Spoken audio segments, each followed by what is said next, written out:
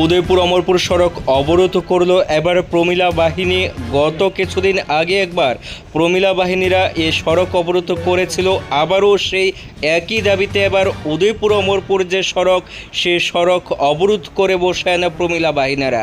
ঘটনাস্থলে ছুটে যায় আরকিপুর থানার বিশাল পুলিশ বাহিনী এবং মহারানীপাড়ি থানার পুলিশ কর্মীরা। মূলত জলের দাবিতে এই অবরোধ চালিয়ে যাচ্ছেন ওই এলাকার সকল লোকজনরা। জানা যায় বন্ধুয়া সংলগ্ন এলাকায় জলের দীর্ঘদিনের একটি সমস্যা রয়েছে, সে সমস্যার সমাধান করার কোনো উদ্যোগ নিচ্ছে না স্থানীয় প্রশাসন।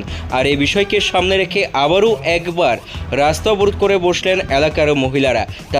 কিন্তু আমরা দেখি জল না চাইলে আমরা আবার রাস্তা পাবো